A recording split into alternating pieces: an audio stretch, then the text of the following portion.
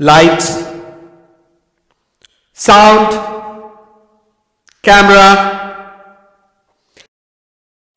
action.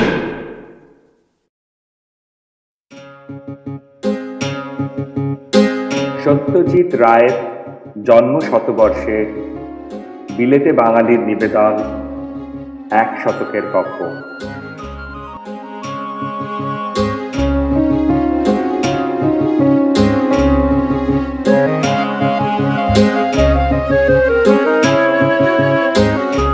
ছটি পর্বে এই অমূল্য মানিকের পৃথিবী বিস্তৃত জ্যোতির কিছু অংশ তুলে ধরার চেষ্টা।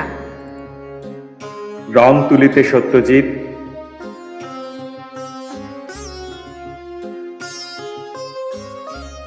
সপ্ত সুরে সত্যজিৎ,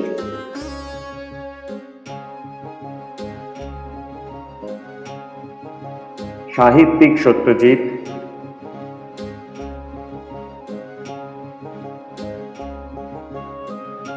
রবির রে,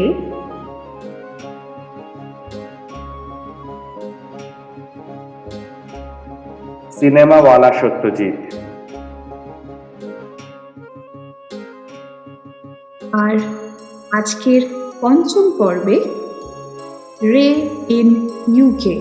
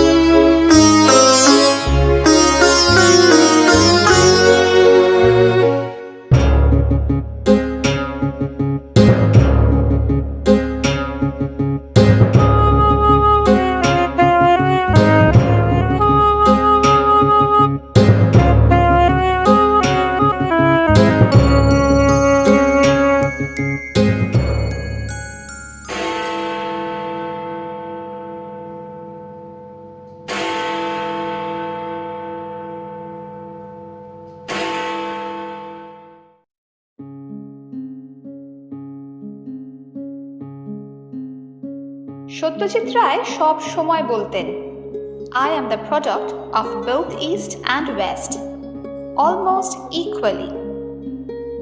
প্রাচ্য ও পাশ্চাত্যের এক অসাধারণ মেলবন্ধনের অমূল্য মানিক ছিলেন তিনি। ভীষণভাবে আন্তর্জাতিক, তবে মনে প্রাণে পুরোপুরি বাঙালি। রায় পরিবারের সাথে ইংল্যান্ডের যোগসূত্র অনেক দিন। সত্যজিতের দাদু উপেন্দ্র কিশোরের ফটোগ্রাফির শখ তাকে নিয়ে যায় প্রিন্টিংয়ের দিকে। হাফ টোন প্রিন্টিংয়ের সেই সময় একজন বিশেষজ্ঞ ছিলেন তিনি। ইংল্যান্ডের পেনরোজ পত্রিকার নিয়মিত লেখক ছিলেন তিনি। সুকুমার ম্যানচেস্টারে পড়তে আসেন 1912 সালে, আর উনি রয়্যাল ফটোগ্রাফিক সোসাইটির ফেলো হন 1922 সালে। তারপর 1950-এ আমরা যাকে বলি অনসাইট পাওয়া, ডিজে খেমারের থেকে অনসাইট অ্যাসাইনমেন্ট পেয়ে এলেন সত্যজিৎ ইংল্যান্ডে স্ত্রী বিজয়াকে নিয়ে। ডিজে কেমারের বস মিস্টার ব্লামের কথায়, it will be like honeymoon trip for you, don't you think? Kolkata থেকে ট্রেনে করে মাদ্রাজ, সেখান থেকে ধানুষকোটি, সেখান থেকে স্টিমারে করে কলম্বো, মালজা জাহাজে করে মুম্বাই হয়ে প্রায় 22 দিনের যাত্রা, তারপর সিধে London.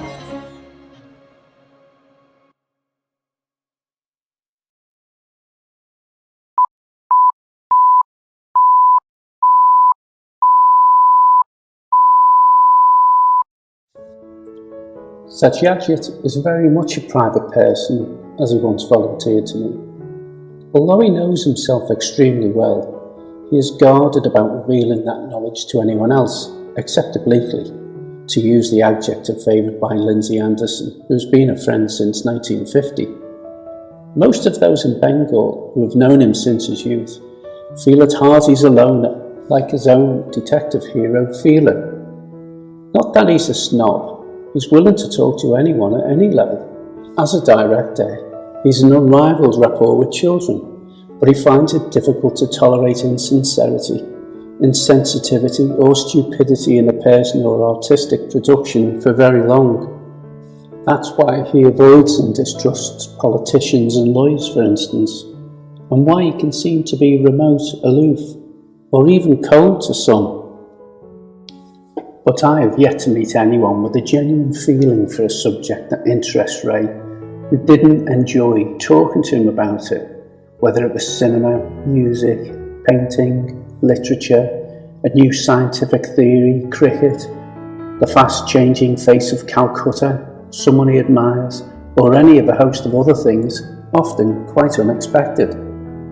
In the short time that I've known Satyajit, he's constantly surprised me.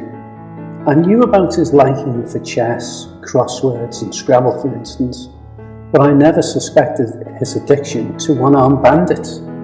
In the last few years it turned out he has vanished several times from Calcutta to Kathmandu, where few people recognise him, so that he can play the machines at a casino there till his heart's content.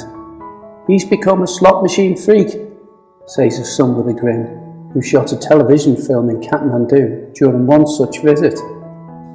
Ray is a rich and multifarious person in an age of impoverished specialisation. As V.S. Naipaul remarked of him to me, Ray and Kurosawa are among the most prodigious personalities in the cinema since it came into being. Or as Satyajit himself replied in 1982 when I asked if he had felt conscious of the range of Eastern and Western influences on him as he grew up. I never had the feeling of grappling with an alien culture when reading European literature, or looking at European painting, or listening to Western music, whether classical or popular.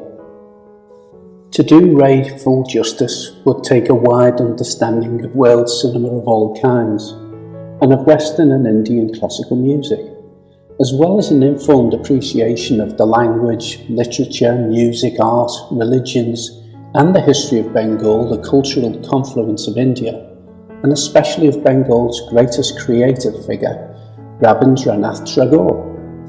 That's not to mention a grasp of the classical heritage of the Mughals at Lucknow, portrayed in the Chess Players, and the history of the British Raj in India. Even the little I've read in Bengali, including much of Ray's own writings and his charming memoirs of his early life, hints at depths and subtleties in his work that most viewers sadly will never appreciate, which helps to account for the common impression that Ray's films are slow.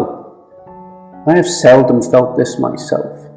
Even when I first got to know them, their characters always felt so vivid, so individual, so real. In fact, my chief credential for writing about Ray is the lasting satisfaction I've had from repeated viewings of his films and from my friendship with him.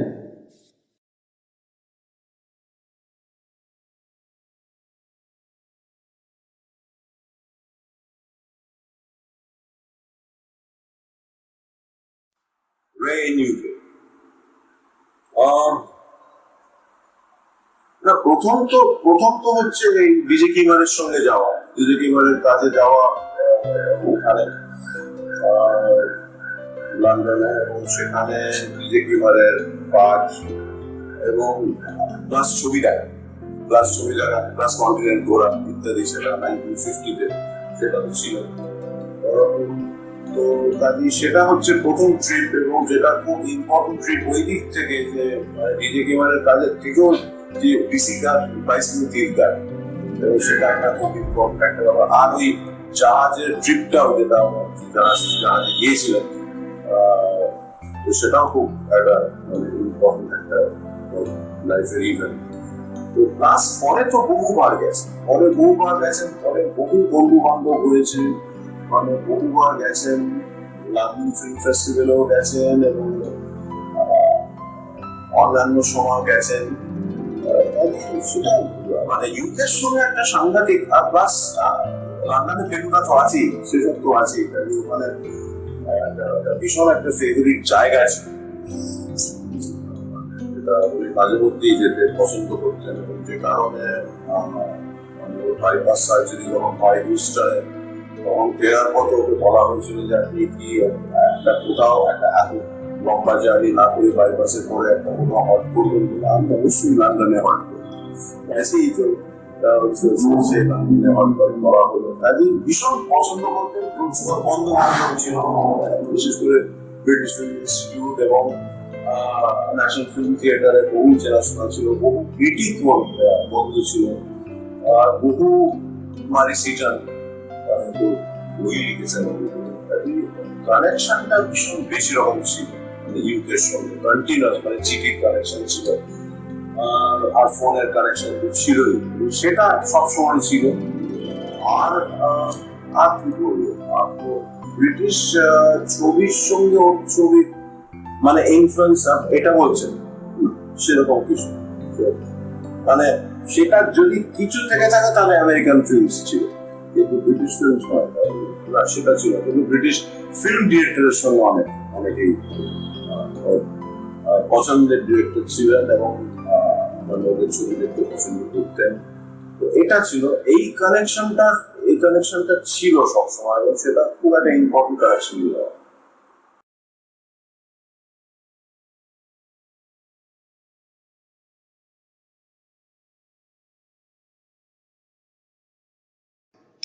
উনিশশো সালের April মাস। লম্বা সফরের শেষে জাহাজ ছিল ইংল্যান্ডের মাটি। টিলবেরিতে নেমে ট্রেনে করে সেন্ট প্যানক্রাস স্টেশনে নামতেই দেখা হয়ে গেল নরম্যানের সঙ্গে। কতদিন পরে আবার দেখা।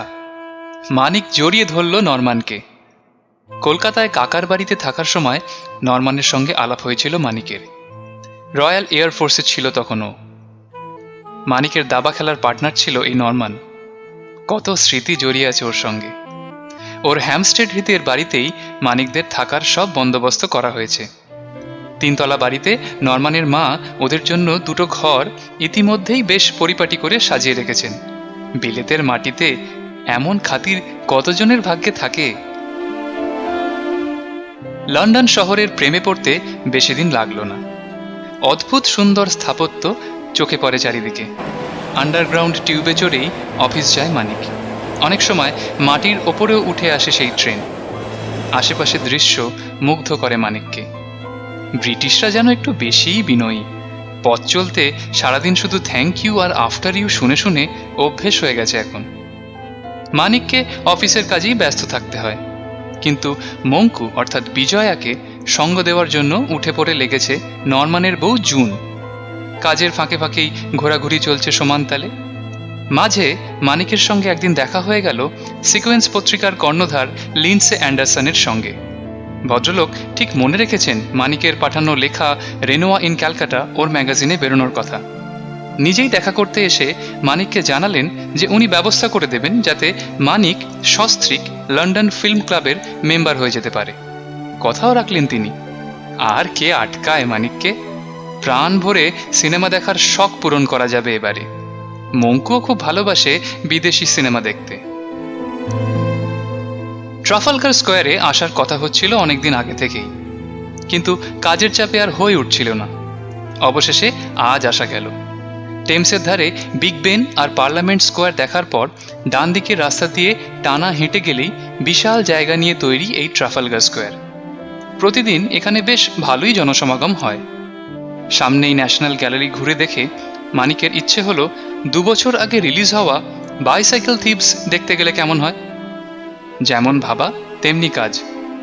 মঙ্কু আর জুনকে নিয়ে ঢুকলো কাছেই একটা সিনেমা হলে। শুরু হলো ছবি। দেখতে দেখতে কখন যে মঙ্কুর হাত ধরে ফেলেছে খেয়ালই করেনি মানিক। বাকরুদ্ধ হয়ে হল থেকে বেরিয়ে মনে হলো যেন একটা ঘোরের মধ্যে আছে দুজনেই। আন্ডারগ্রাউন্ড টিউব ধরে হ্যামস্টেডে বাড়ি ফেরার সময়ও সেই রেশ কাটল না। ফিরেও যেন মানিক চিন্তিত। বয়স্কা মিসেস ক্লেয়ার ডিনার সাজিয়ে বসেছিলেন রাত অবধি। ভদ্রমহিলার আন্তরিকতায় সাড়া দেওয়ার মতো ক্ষমতাও যেন লোপ পেয়েছে আজ মানিকের। কোনো রকমে খেয়ে উঠে সে ঘরে ঢুকে গেল। বিজয়া আন্দাজ করল ডিসিকার এই সিনেমা সত্যিই নাড়িয়ে দিয়েছে মানিকের ভেতরটা।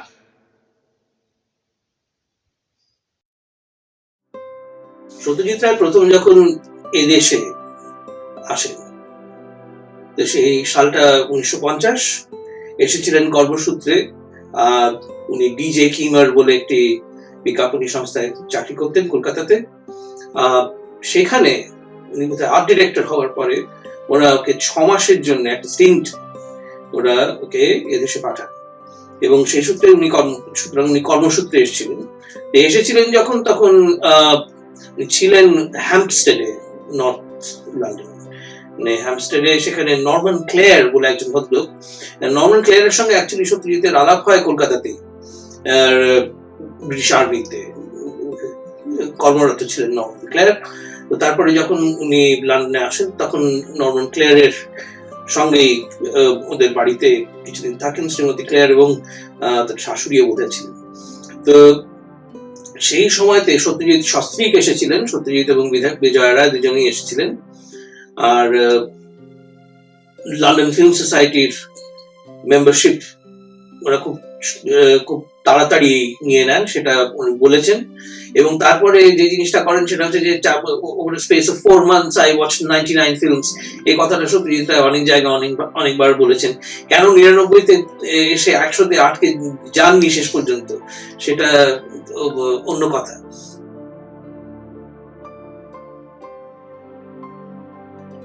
যেটা খুব ইন্টারেস্টিং সেটা হচ্ছে যে এই লন্ডন পিরিয়ডটা, এটা কিন্তু অ্যাকচুয়ালি ভীষণ ফরমেটিভ পিরিয়ড। কারণ একদিক থেকে সত্যজিতের পরবর্তীকালে যখন কাজ দেখি আমরা, তার মধ্যে যদি আমরা দেখি যে একটা ভীষণভাবে একটা বাঙালি এবং একটা ভারতীয় সেন্সিবিলিটি, কিন্তু সেই ভারতীয় সেন্সিবিলিটি এবং বাঙালি সেন্সিবিলিটির সঙ্গে একটা আন্তর্জাতিক একটা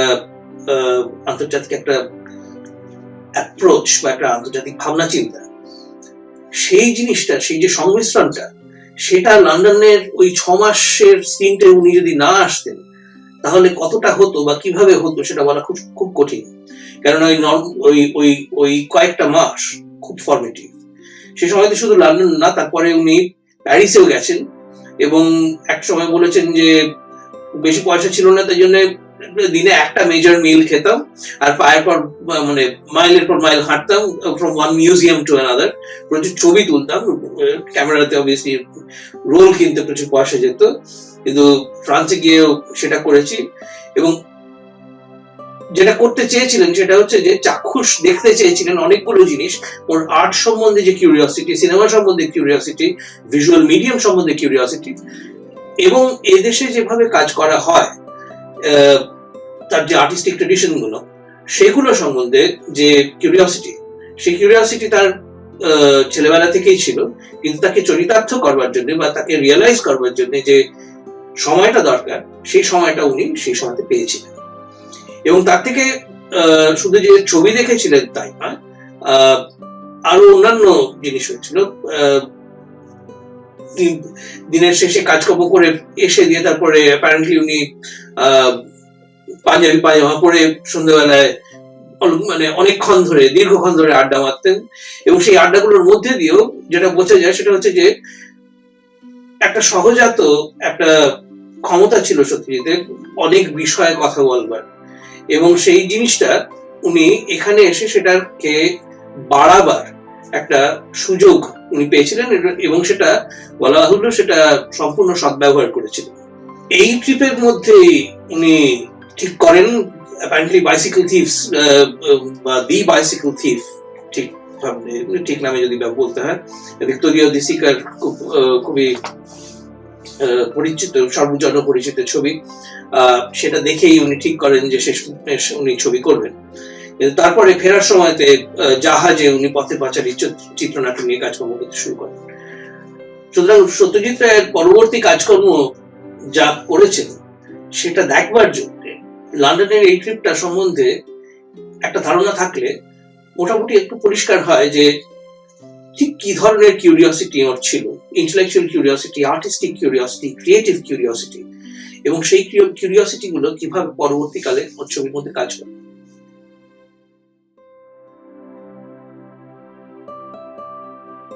একটা জিনিস আমরা বলি যে সত্যজিৎ রায়ের ছবি ক্লাসিক ছবি। ক্লাসিক ছবি বলতে কি বোঝায়? ক্লাসিক ছবি বলতে যদি একটু মনোযোগ দিয়ে দেখি তাহলে ক্লাসিক ছবি বলতে তার তো অনেকগুলো দিক আছে, মানে ভিজুয়াল একটা বড় দিক আছে। সত্যজিৎ রায়ের ছবি ভিজুয়ালি কিভাবে কাজ করেন, কিভাবে তার শটগুলোকে মানে কিভাবে অ্যারেঞ্জ করেন। একটা জায়গায় একবার বলেছেন যে আমার ছবি হচ্ছে visually like the paintings of Bernard, এবং সেখানে একটা মানুষের একটা মানুষ যতখানি চরিত্র হিসেবে ইম্পর্টেন্ট, একটা ফুলও ঠিক ততখানি চরিত্র হিসেবে ইম্পর্টেন্ট। অশনি সংকেত বা অন্যান্য যে ছবিগুলো যেখানে উনি নেচারকে এত সুন্দরভাবে ব্যবহার করছেন, সেই জিনিসটা বারবার দেখতে পাই যে একটা বৃষ্টির ফোঁটা ঠিক কতটা ইঙ্গিতবাহী, সেটা কোনো মানুষের চরিত্র থেকে খুব আলাদা কিছু নয়। তো সেই কথাটা বারবার করে মনে হয় যে এই যে পেইন্টিং দেখছেন এই ট্রিপটাতে এসে, বিভিন্ন গ্যালারিতে যাচ্ছেন, বিভিন্ন মিউজিয়ামে যাচ্ছেন, তার একটা ইম্প্যাক্ট হচ্ছে এবং সেই ইম্প্যাক্টটা পরবর্তীকালের ছবির মধ্যে দেখা যাচ্ছে।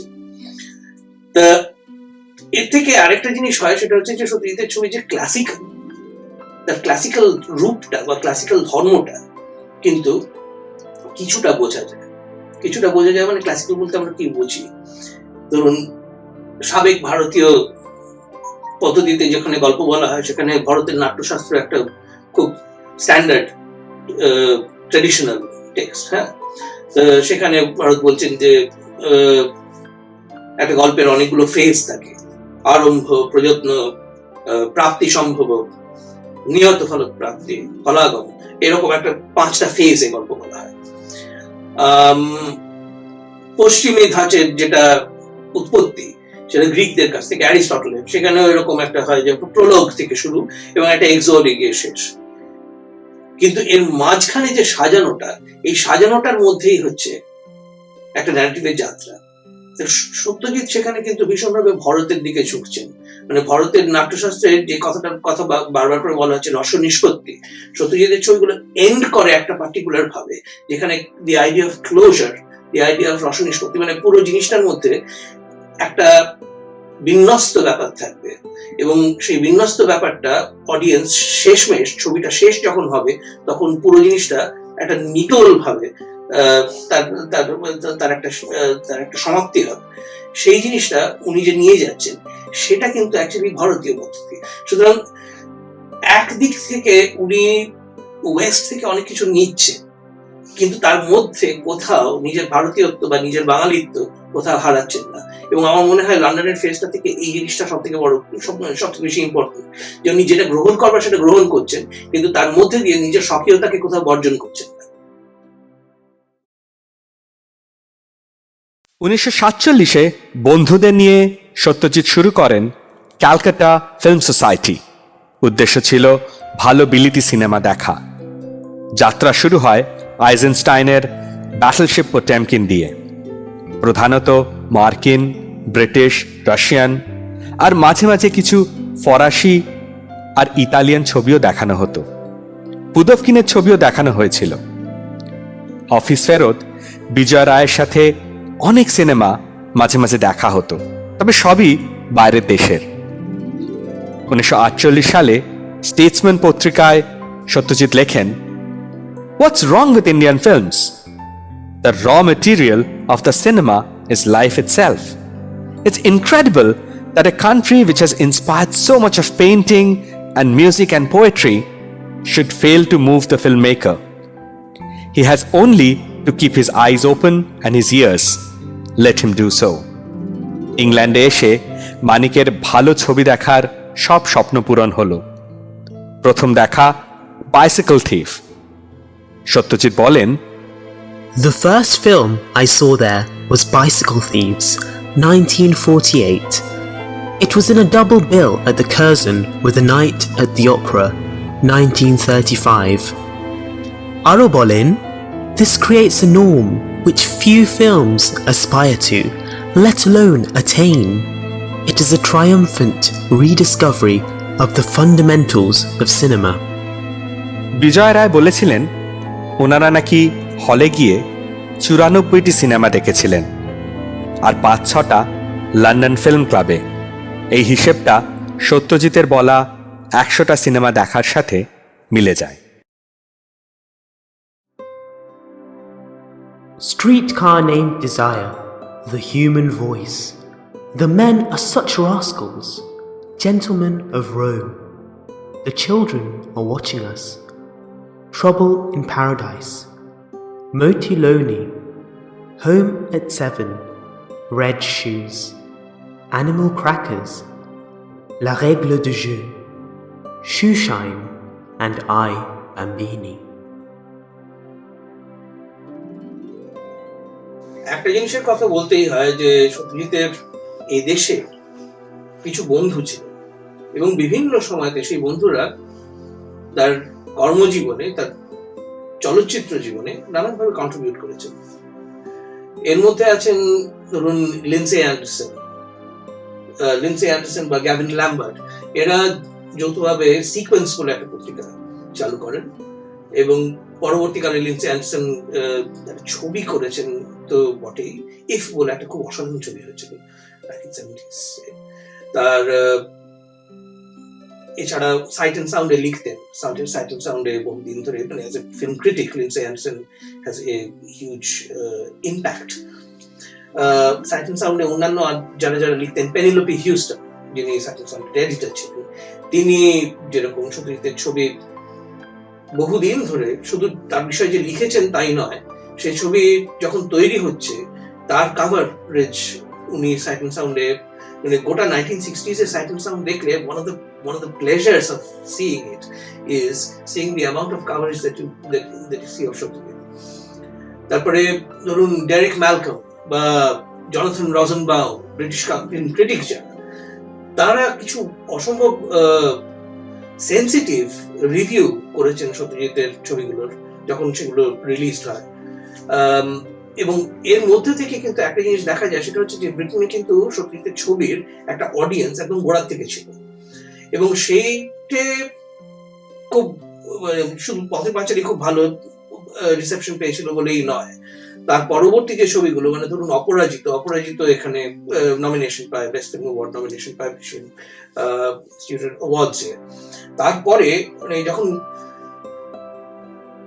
কিছুটা পলিটিক্যাল সমস্যা হলো ইন দ্য সেন্স যে অপুর সংসার বেরিয়েছে, বিভিন্ন জায়গায় খুব খ্যাতি হচ্ছে, কিন্তু ভেনিস ফিল্ম ফেস্টিভ্যালে মনোনয়ন পেল না। তার আগের বারে অপরাজিত ভেনিসে গোল্ডেন লায়ন পেয়েছে, 1958 এ গোল্ডেন লায়ন পেয়েছে, অথচ পরের বারে নমিনেশন পেল। তখন লন্ডনে ফিল্ম ফেস্টিভ্যালে যে ছবিগুলো দেখানো হতো সেটা হচ্ছে যে only the nominated films from a certain selection of film festivals used to be screened. তার একটা স্ট্যান্ড না যে এটা নমিনেশন পায়নি তাও আমরা অপুর সংসার দেখাবো, এবং অপুর সংসার তারপরে গট মার্ভেলাস রিসেপশন এবং সাদারল্যান্ড ট্রফি অপুর সংসারকে দেওয়া হয়, and it got written about, এবং গার্ডিয়ান এবং অন্যান্য খবরের কাগজে বলা হয় যে ভেনিস ফিল্ম ফেস্টিভ্যালে একটা সিলেকশন হয়েছে, কিন্তু এই সিলেকশনের মাথা মুন্ডু কিছুই বোঝা যাচ্ছে না, কারণ যেটা সব থেকে ভালো ছবি সেটা নমিনেশনই পায়নি। এটা আবার কোন ধরনের সিলেকশন? মানে এই যে ধরনের ক্রিটিক্যাল অ্যাপ্রিসিয়েশন অফ রায়েস ফিল্মস, এটা কিন্তু এদেশে একদম গোড়ার থেকে উনি পেয়েছেন, এবং সেখানে ফিল্ম ক্রিটিকরা এবং অন্যান্য মানে রায়ের অ্যাডমায়ারার যারা, তারা কিন্তু অনেকেই এই জিনিসটাতে মানে খুব ওপেনলি রায়কে সাপোর্ট দিয়েছে। মারি সেটনকে প্রথম লোকে চেনে আইজেনস্টাইন পল রবসনের জীবনীকার হিসেবে। পথের পাঁচালী দেখে যখন অনেকে বলতে থাকেন দারিদ্র বেচা হচ্ছে, নেহেরু ইন্দিরার সাথে মারিও পাশে থাকেন সত্যজিতের। নেহেরুর জীবনী লেখার কাজে মারি 60 আর 70 দশকে বহুবার ভারতে আসেন। 1955-56 সালে মারি ভারতে প্রাপ্তবয়স্ক শিক্ষার প্রসারের ওপর একটি লেখা film as an educational force in India পরামর্শ দেন শহরে শহরে ফিল্ম ক্লাব তৈরি করার। 1959 ভারতীয় ফিল্ম ফেডারেশন তৈরি হয়, যার সভাপতি ছিলেন সত্যজিৎ আর মারি ছিলেন উপদেষ্টা। 1971 সত্যজিতের প্রথম ইংরেজি জীবনী পোর্ট্রেট অফ আ ডিরেক্টর লেখেন উনি, একজন সত্যিকারের সত্যজিৎ এবং ভারতবর্ষের অনুরাগী। 1984 সালে পদ্মভূষণ সম্মান দেওয়া হয় ওনাকে। ওনার মৃত্যুর পর ওনাকে দাহ করা হয়, আর এপিটাফে লেখা হয় মারি Satan Hesson, Padma Bhushan, citizen of the world. Pamela Cullen ছিলেন কৃষ্ণ মেননের সেক্রেটারি, তারপর ভারতীয় হাই কমিশনে ফিল্ম অফিসার হন, এরপর এনএফডিসির লন্ডনের ম্যানেজার হন, যা তিনি ছিলেন 1992 অবধি। সারা জীবন ভারতীয় সিনেমার প্রচারে নিজেকে নিয়োজিত করে রেখেছিলেন। সত্যজিতের সাথে প্রায় 30 বছরের বন্ধুত্ব ছিল ওনার। সত্যজিতের মৃত্যুর পর লন্ডনে সত্যজিৎ রায় ফাউন্ডেশন গড়ে তোলেন কিছু বন্ধু সত্যজিৎ অনুরাগীদের নিয়ে। চার্লস কুপার ছিলেন কন্টেম্পোরারি ফিল্মসের মালিক। ডিস্ট্রিবিউশনের সাথে সাথে 4টে সিনেমা হলের মালিক ছিলেন উনি। আইজেনস্টাইন, রেনয়ের, অ্যান্ড্রে টারবস্কি, বার্নার্ডো বার্টোলুসির সাথে সাথে সত্যজিতের ছবি ইংল্যান্ডে দেখানোর ব্যবস্থা করেন তিনি। সত্যজিতের 9টি ছবির যুক্তরাষ্ট্রে দেখানোর রাইট নেন ওনার কোম্পানি। পথের পাঁচালী, অপুর সংসার, 3 কন্যা, অরণ্যের দিনরাত্রি, দেবী, প্রতিদ্বন্দ্বী, শতরঞ্জ কি খিলাড়ি, জন অরণ্য, আগন্তুক। উনি আর ওনার স্ত্রী কিটি কুপার ছিলেন সত্যজিৎ বিজয়ার খুব ভালো বন্ধু। সত্যজিতের মারা যাওয়ার পর লন্ডনে রায় ফাউন্ডেশন শুরু করার প্রথম কয়েকজনের মধ্যে ছিলেন ওনারা। জনশ্রুতি আছে অ্যাটেনবরো সবাইকে ডার্লিং বলে ডাকতেন, কারণ উনি কোনো নাম মনে রাখতে পারতেন না। তবে একটা নাম উনি কোনোদিন ভোলেননি, মানিক। শতরঞ্জ কে খিলাড়ির জেনারেল উট্রামের চরিত্রে অভিনয় করার সুযোগ পাওয়া ওনার কাছে খুব গুরুত্বপূর্ণ ব্যাপার ছিল। 1993-তে স্থাপিত লন্ডনের রায় ফাউন্ডেশনের প্রধান পৃষ্ঠপোষক ছিলেন উনি।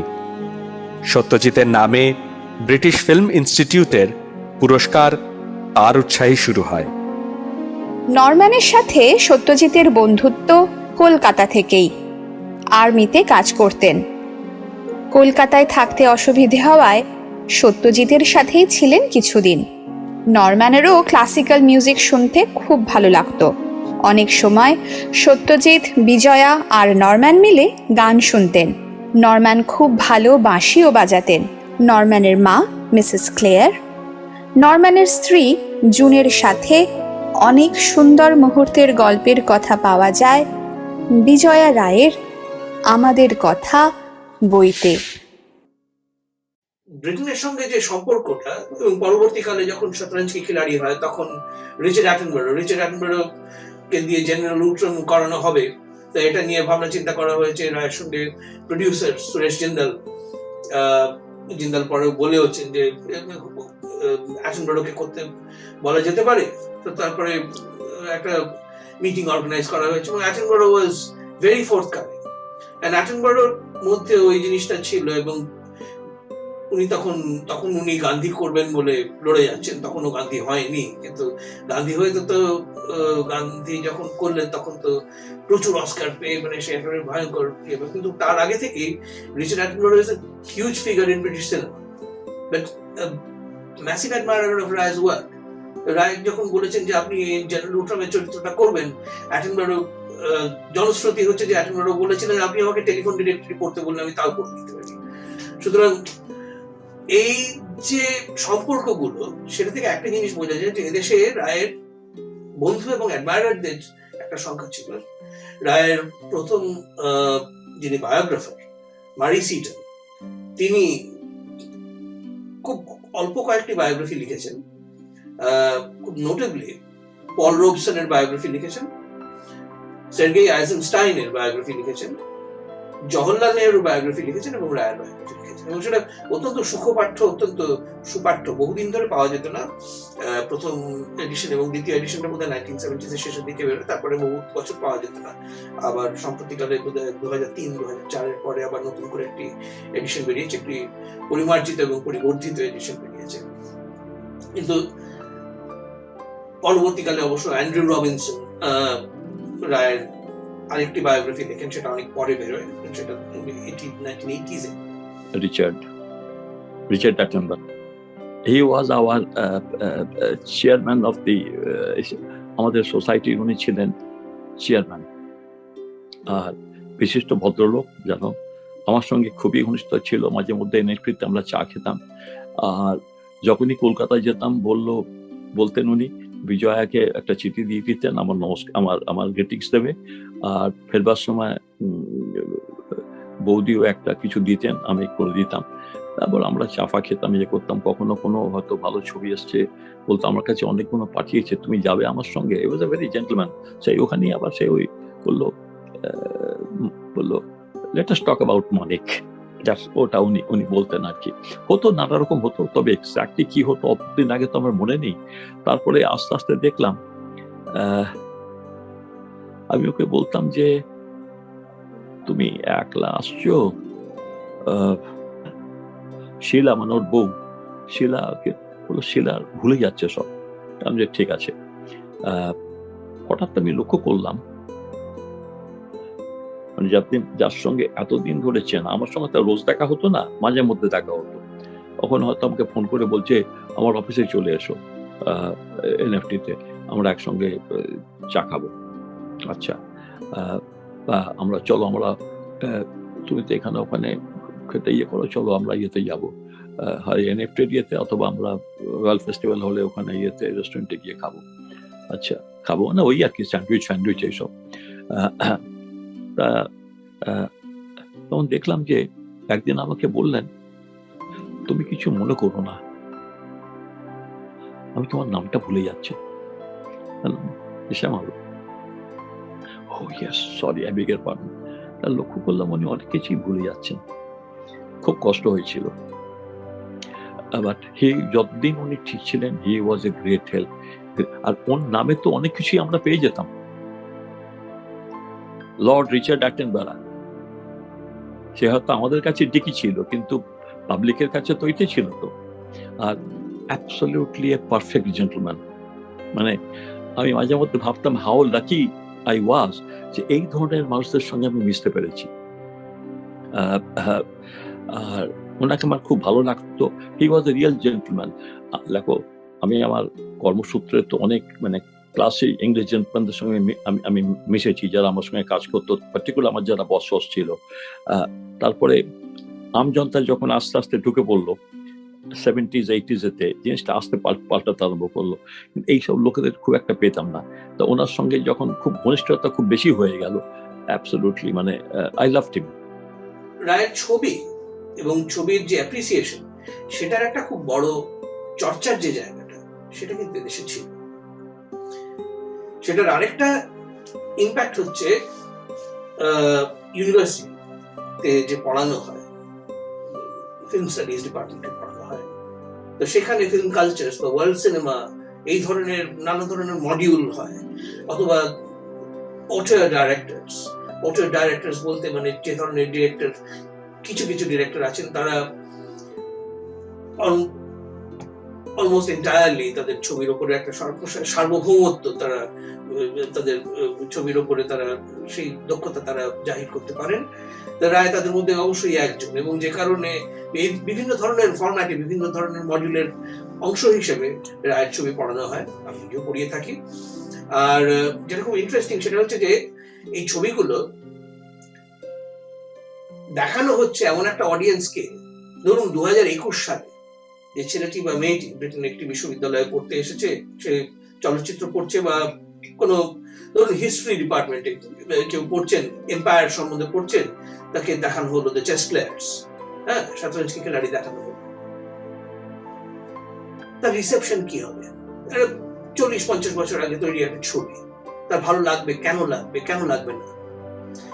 যেটা খুব ইন্টারেস্টিং, এবং এটা আমি নিজের অভিজ্ঞতা থেকে বলতে পারি, সেটা হচ্ছে যে দুটো দিক খুব ইন্টারেস্টিং। এক হচ্ছে দ্য টেকনিক্যাল সাইড, এই ছবিগুলো টেকনিক্যালি এত ভালো।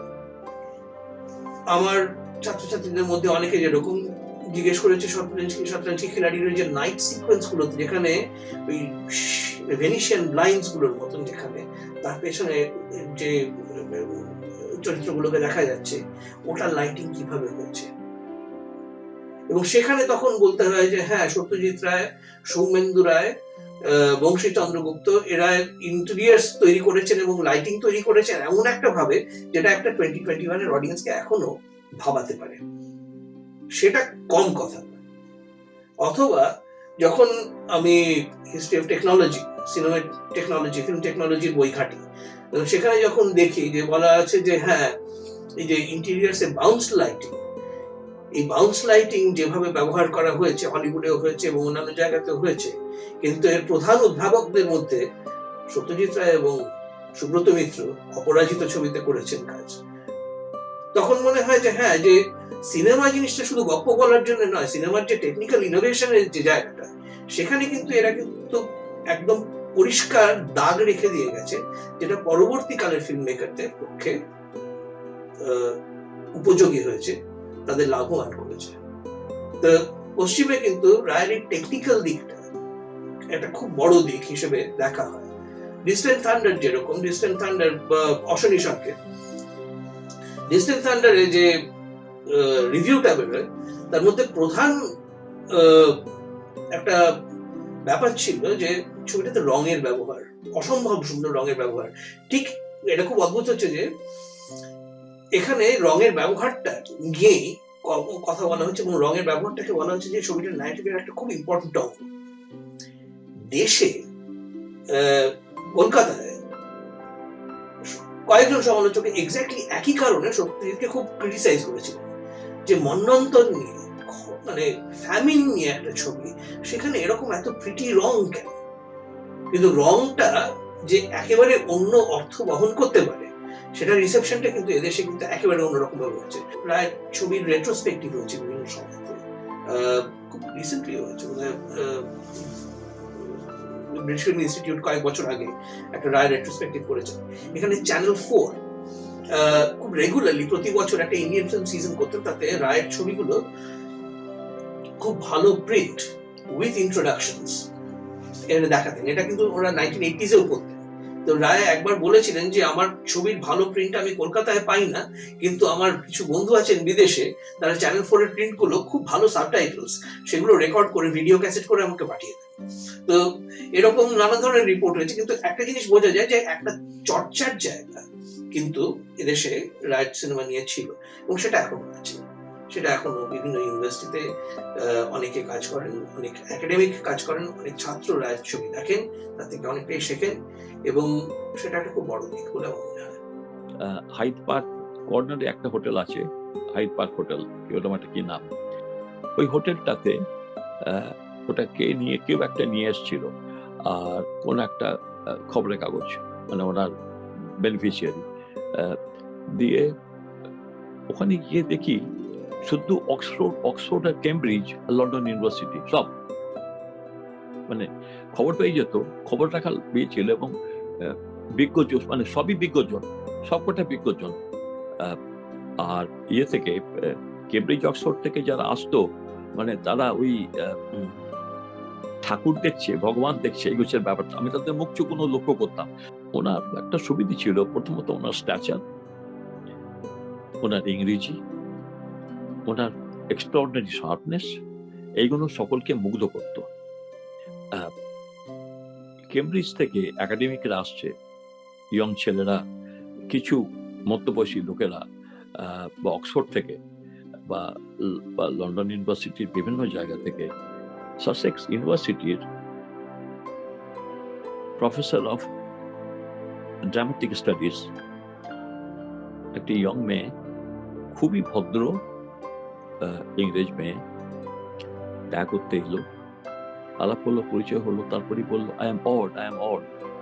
ও বেরিয়ে চলে গেল, বললো I can't take it, it is a glitter for me, চোখ ধাঁধিয়ে যাচ্ছে। আমি I was quite surprised actually. Usually কোনো ইংলিশদের হয় না, অনেক ডিগনিটি আসতো, তবে ইউজুয়ালি তারা higher echelon of the society, মানে বুদ্ধিজীবীদের মধ্যে। এবং আমাকে একজন বললো যে যখন মানে গ্রেট ডিরেক্টররা বা রাইটাররা আসে, এরাই সব সেখানে তাদের ইয়ে করে, তারাই এখানে এসছে। আমি সকলকে তো আমার মনেও নেই, সকলকে আমি জানিও না, চিনিও না, অনেকে হয়তো তাদের নামও শুনিনি, বাট দে ওয়ার স্টলওয়ার্ডস। যেমন ভদ্রলোক তেমনি তাদের ব্যবহার আর পোলাইটনেস, কার্টেসি, যেটা মানে হায়ার মিডল ক্লাসের যেটা হয় আর কি, আপার মিডল ক্লাসের, উনি ওনাদের অ্যাট্রাক্ট করতেন ভীষণ রকম, টানতেন লাইক এ ম্যাগনেট। একটু বয়স্ক, মধ্যবয়সী কি একটু বেশি, তারা তো ওইভাবে আবেগটা দেখাতেন না, কিন্তু ইয়ং ছেলেরা, এদেশি ছেলেরা, ইয়ং ছেলেরা যারা কেমব্রিজ, অক্সফোর্ড, লন্ডন ইউনিভার্সিটি থেকে আসছে বা সাসেক্স, তাদের চোখে মুখে সেই মানে মানে মানে ফুটে উঠতো যে অ্যাডমায়ারেশন। সত্যজিৎ রায় বলেছিলেন যে ওনার ছবির সব থেকে ভালো রিভিউ বেরোতো ইংল্যান্ডে, বাংলা বা ভারতে নয়। সম্ভবত 1964 বা 65 সালে সাইট অ্যান্ড সাউন্ড পত্রিকায় চারুলতার সবচেয়ে ভালো রিভিউটি লেখেন পেনিলোপে হিউস্টন। পেনিলোপে সাইট অ্যান্ড সাউন্ড পত্রিকার সম্পাদক ছিলেন প্রায় 35 বছর। ওনার সে বিখ্যাত উক্তি রে অর রে অনেক বিতর্কের জন্ম দিয়েছিল। ওনার বন্ধু গ্যাভিন ল্যাম্বার্টের, গোদারের পছন্দের জনপ্রিয় ছবির নির্মাতা নিকোলাস রে, নাকি আড়ম্বরহীন অথচ হৃদয় ছুঁয়ে যাওয়া সত্যজিতের কাজ? শুনেনি সেই সময় উনি কি বলেছিলেন। Houston is remembered for his snappy question, Ray or Ray? That is, Sayajit Ray or Nicholas Ray? It's not irrelevant even now. Should the critic espouse the cinema of the acclaimed practitioner of high art such as Sayajit Ray, or find merit and even narcotically exciting authenticity in the ubiquitous popular cinema of directors like Nicholas Ray, who was famously praised by Jean-Luc Godard? On the other hand, on the great Sayajit Ray-Nick Ray debate, I think we were right. I think Ray has lasted longer than Ray. You know, Cahiers couldn't get that kind of people at all. Lindsay Anderson, the British filmmaker and critic, once said, "I would compare Satyajit Ray to Eisenstein, Chaplin, Kurosawa, Bergman, and Antonioni. He is among the greatest in world cinema." 1950-এ লিন্সে তার পত্রিকা film society magazine, যেটার পরে নাম হয় sequence, তাতে সত্যজিতের একটি লেখা ছাপেন, Renoir in Calcutta. সেই সময় লন্ডন ফিল্ম সোসাইটির মেম্বারশিপ করে দেন সত্যজিৎ ও বিজয়াকে। 1969-এ বিএফআইয়ের জন্য লিন্সে একটি সাক্ষাৎকার নেন সত্যজিতের। জীবনভর বন্ধুত্ব ছিল তাদের। আমার সঙ্গে প্যামেলা কালেনের দেখা হলো সেন্ট্রাল লন্ডনের এক্স্যাক্টলি কোন জায়গায় মনে নেই, বা একটা কোন এক্সিবিশন ছিল, সেখানে আমরা গেলাম। কত সত্যজিৎ রায়কে নিয়েছিল, মোস্ট লাইকলি সত্যজিৎ রায়কে নিয়েছিল। সেখানে গিয়ে আমাকে বললো কেমন আছো ইত্যাদি ইউজুয়াল কথা। তারপরে ওনার মেমোরিতে একটা কিছু আমাদের করা উচিত। আমি বললাম, প্যাম তুমি যেটা বলছো আমি তো সেটা ভেবেছি, কিন্তু কি করব? বললে একটা অর্গানাইজেশন করাই যায় না যে যেখানে মানে রে he was a philosopher, he was a great filmmaker, he was everything. ওনার স্মৃতিকে কি করে আমরা লন্ডনে বজায় রাখতে পারি, বিকজ হি লাভড লন্ডন। আমি বললাম ঠিক, আচ্ছা তাহলে বলে আমরা যদি একটা এই ধরনের কোনো ফাউন্ডেশন করি, এখন খুব ভালো হয়, কিন্তু ফাউন্ডেশন করতে গেলে অনেকগুলো পয়সা লাগবে। চ্যারিটেবল ফাউন্ডেশনের অনেক লাগে, লয়ার আছে, এটি আছে। যাই হোক, আমরা আমরা নয়, এটা মেনলি ওদেরই কেউ একজন করে দিয়েছিল। আর সেই সময়তে চার্লস কুপার, যিনি একাডেমি সিনেমার মালিক ছিলেন, একাডেমি ডিস্ট্রিবিউটার্সের মালিক ছিলেন, যারা মানে সিনেমা হল এখন বন্ধ হয়ে গেছে, অক্সিস ছিল, উনি সিনেমার মালিক ছিলেন না, বাট ওখানে দেখানো হতো। ওনার একটা শেয়ার ছিল বোধহয়। যাই হোক, তো তারপরে চার্লস অনেক হেল্প করেছিল, প্যাম, চার্লস, আমি। আর আমার যেটা সুবিধে ছিল, আমি লোকজন জোগাড় করতে পারতাম তখনকার দিনে। যখন কিছু হতো সেটা মানে ইউজুয়ালি এনএফটি আমাদের দিত, হল ভর্তি হয়ে যেত, বা ওই কখনো সখনো হয়তো বাইরে, যেমন ধরো কারজানেতে বা এই ধরনের কোনো একটা জায়গাতে হয়েছে, সে তো হল ভর্তি করে দেওয়া যেত, এই যাবি যাবি যাবি করে বলে বলে। আর সাহেবরা আসতো, প্রচুর সাহেবরা আসতো। আমার সঙ্গেও তো অনেক সাহেবেরই জানাশোনা ছিল যারা ফিল্ম নিয়ে ভেরি ইন্টারেস্টেড। আর সে এই করতে করতে জিনিসটা একটা জায়গাতে এলো, একটা কমিটি শুরু হলো। সেই কমিটির মানে প্রথমত হচ্ছে হু আর দ্য ফাউন্ডার ট্রাস্টি। একটা চ্যারিটেবল ট্রাস্ট করতে গেলে একটা ইয়ে করতে হবে, মানে একটা কমিটি করতে হবে, আর সেটা যেটা ফাউন্ডার্স নিয়ে এক্সিকিউটিভ কমিটি বা working committee, what ever is that, মানে যে কোনো একটা নাম। তারপরে যেটা হলো সেটা হলো তোমার ইয়েতে কি বলে, এটা মোটামুটি হয়ে গেল। লয়ারের নামটা মনে নেই, but they were very high flyer lawyers. একটু সময় লেগেছিল, ইট ওয়াজ অল ডান। এবং এর জন্য ডেফিনেটলি আমি চার্লস আর প্যামকে অশেষ ধন্যবাদ দেবো। আমার একটা রোল ছিল, but probably a little secondary. আর এখানে আমি চার্লস কুপারের বউ কিটি কুপার, নাম মনে পড়ে গেল, কিটি কুপার অনেক খোঁজ খবর জানতো, ইয়ে করতো, এটা হলো। আর মাঝে আমি ওনার নাম ভুলে যাচ্ছি, আমাদের আরে খুব বড় অ্যাক্টার,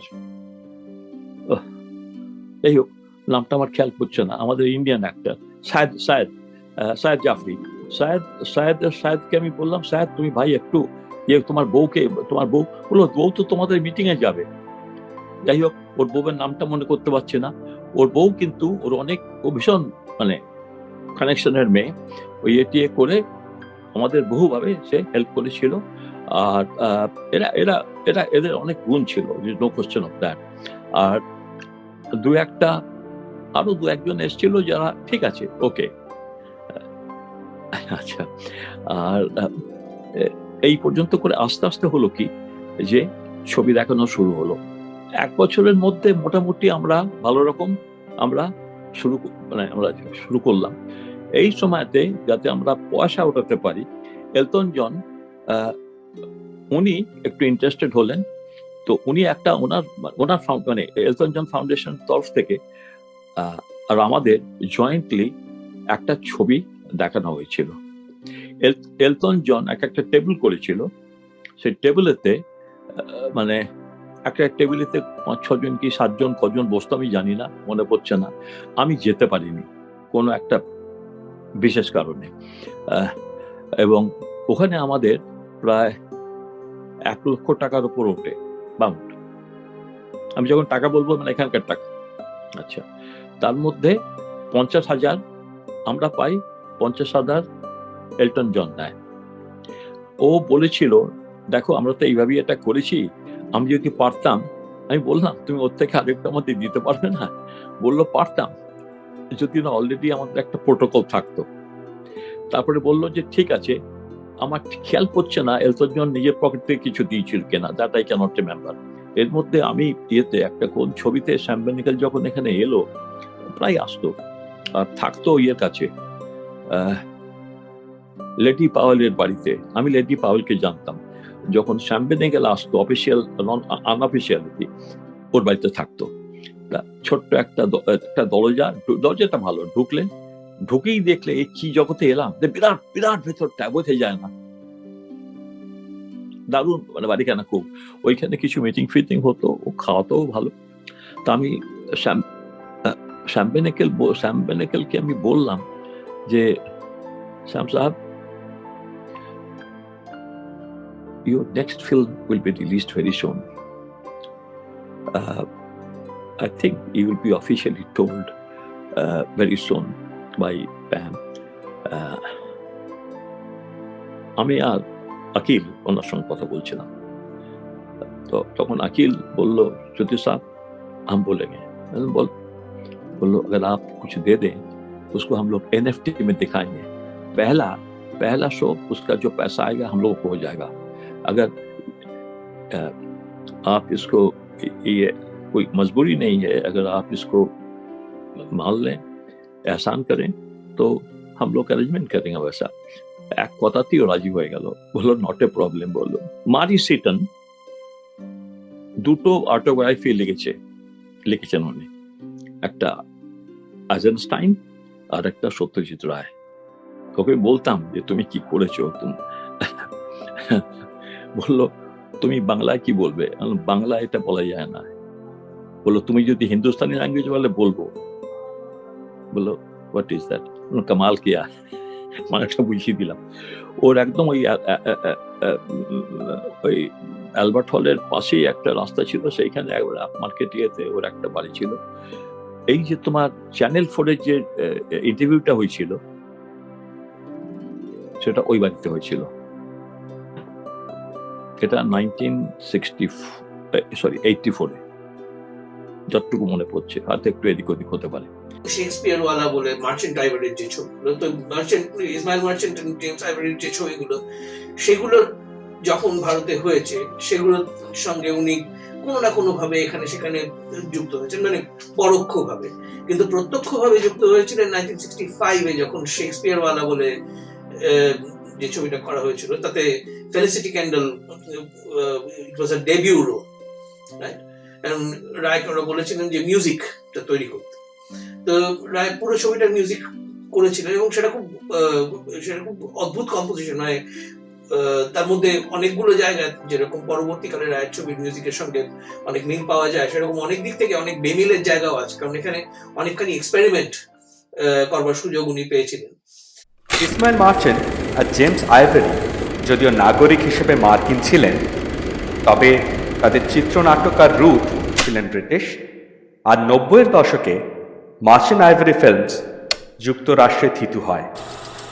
তাদের ছবিতে ভারতীয় আর ব্রিটিশ অভিনেতাদেরই রমরমা ছিল বেশি, আর ঔপনিবেশিক ইন্দো ব্রিটিশ সংস্কৃতির খুব সুন্দর পরিবেশনা দেখা যায় তাদের ছবিতে।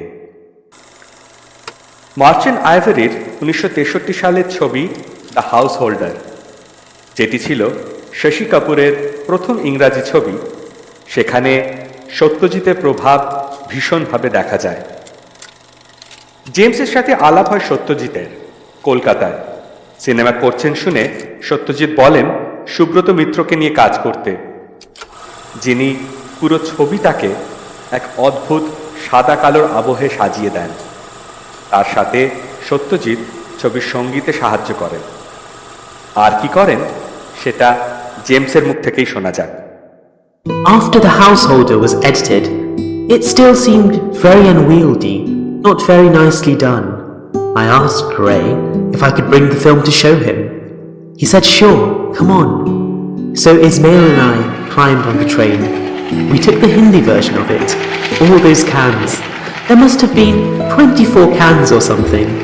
We went from Bombay to Calcutta with all that film.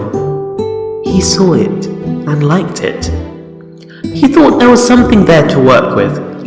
I asked him whether he could give us any suggestions about the cutting, and he said yes, he would recut it, but he didn't want me to interfere whilst he was doing that. He said, let me have a go at it. I'll do it my way. You can be in the editing room if you want to be. When we're all done, you can change it if you want to. That's your business, but let me do what I want to do.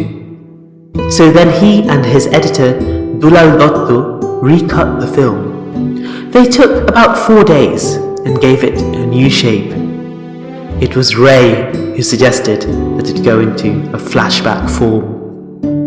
তার ঠিক 2 বছর পরে 1965 সালে আসে শেক্সপিয়ারওয়ালা।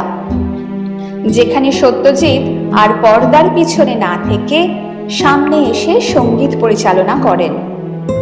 সব মিলিয়ে কাজটি এত ভালো হয়েছিল যে এই ছবিটি মার্চেন্ট আইভরিকে সিনেমা পরিচালক আর প্রযোজক হিসেবে মান্যতা দেয়।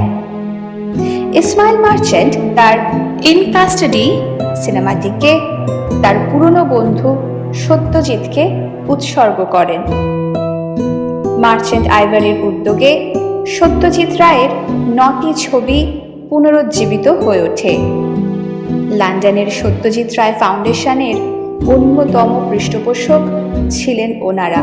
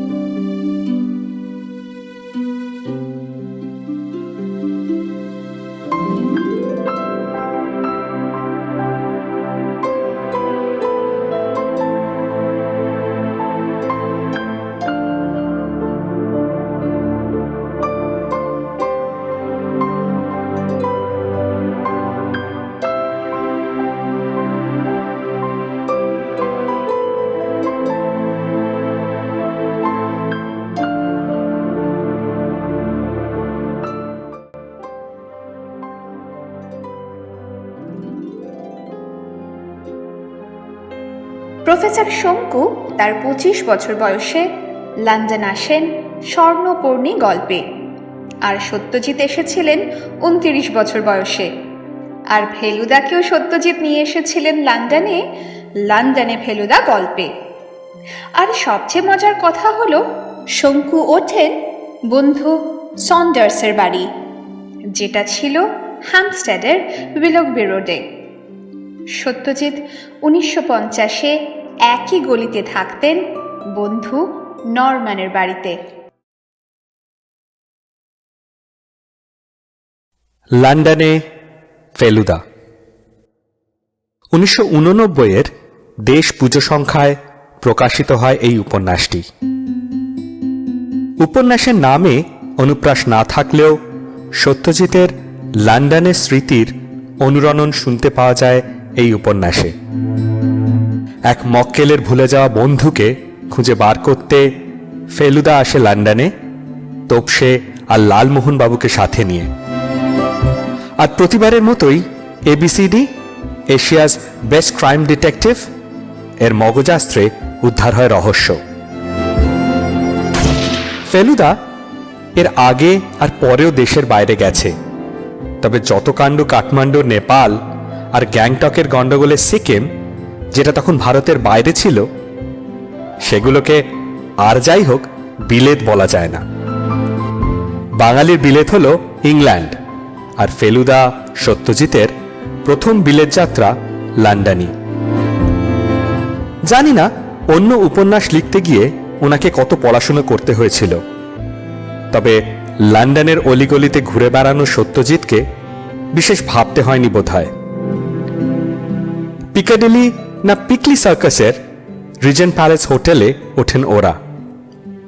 টিউব করে রিচমন্ড যাওয়া, অক্সফোর্ড স্ট্রিটে লালমোহন বাবুর ভাষায় ওশান অফ হিউম্যানিটি পেরিয়ে ডেবনহ্যামস, মার্কস অ্যান্ড স্পেন্সার্স, বুথস পেরিয়ে সেলফ্রিজে গিয়ে পেন কেনা, £3.30 দিয়ে, সেটা সেই সময়ের ভারতীয় টাকায় 75 টাকা, আর নাকি ভারতের থেকে অনেক সস্তা।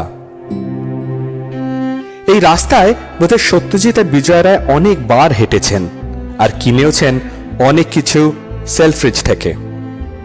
আর বোধহয় সেলফ্রিজের 4 তলায় চাও খেয়েছেন লালমোহন বাবু আর তোপসের মতো। আর মাদাম তুসোর জাদুঘর, সে তো সবাই দেখেছেন। বইতে নিশানাথ সেন বলে একটি চরিত্রকে পাই, যিনি আগে হ্যামস্টেডে থাকতেন। সত্যজিৎ প্রথমবার এসে হ্যামস্টেডেই ছিলেন। তারপর ফেলুদা চলে যায় এপিংয়ের ওয়ারেন্ডেল স্কুল, তারপর কেমব্রিজের ট্রিনিটি কলেজ, আর ক্যাম নদীতে ঘটা ঘটনার রহস্যভেদ করে।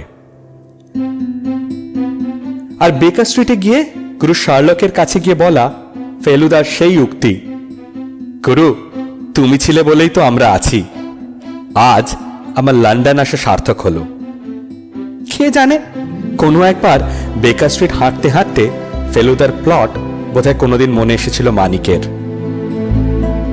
এই গল্পের আরেকটা মূল ভাব ছিল বর্ণবাদের বিরুদ্ধে সত্যজিতের মতামত। ভারত বিদ্বেষ আর গায়ের রং নিয়ে কোনো কথা তিনি কোনোদিন বরদাস্ত করেননি।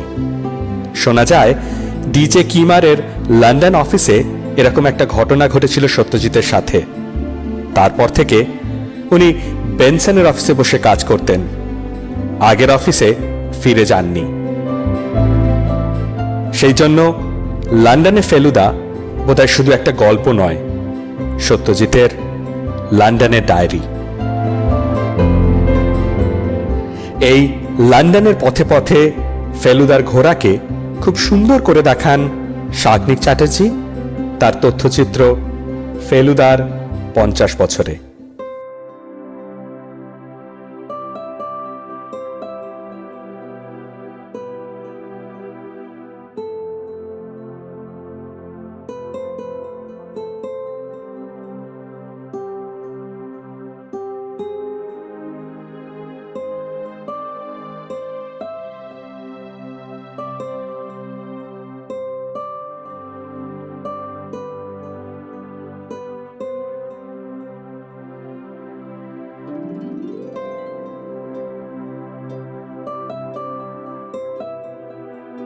তো ব্রিটেনের সঙ্গে সত্যজিৎ রায়ের সম্পর্ক খুব ইন্টারেস্টিং। সেটা একটা দিকে একটা পার্সোনাল সম্পর্ক, উনি যাতায়াত করেছেন বিভিন্ন সময় বিভিন্ন জায়গাতে, এসেছেন, অবশ্যই এসেছেন, অনেক অ্যাওয়ার্ড পেয়েছেন, ব্রিটিশ ফিল্ম ইনস্টিটিউটের ফেলো হয়েছেন। এই দেশে যেরকম রায় অ্যাওয়ার্ড পেয়েছেন, প্রচুর অ্যাওয়ার্ড পেয়েছেন, মানে ছবিগুলো তো ইন্ডিভিজুয়ালি অ্যাওয়ার্ড পেয়েছে। অক্সফোর্ড ইউনিভার্সিটি থেকে যেরকম ডক্টর অফ লেটার্স সত্যজিৎ রায়কে দেওয়া হয়, এটা বোধ হয় 1978 সাল। এর আগে একমাত্র একজন film director, film personality Oxford university থেকে এই ডক্টর অফ লেটার্স পান, তিনি হচ্ছেন চার্লস চ্যাপলিন। তো রায়কে ঠিক কি জায়গায় রাখা হতো, শুধু চলচ্চিত্র প্রেমীদের মধ্যে না, generally as a creative artist, সেটা কিন্তু প্রণিধার্য।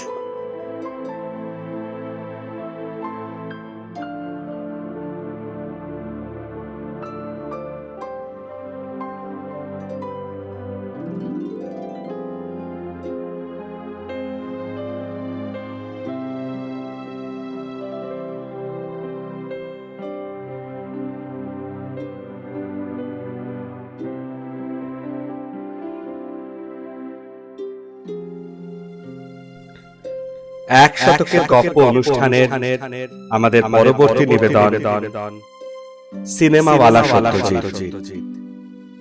19 জুন বিকেল 5টায় বিলেতে বাঙালির ফেসবুক পেজে দেখবেন কিন্তু।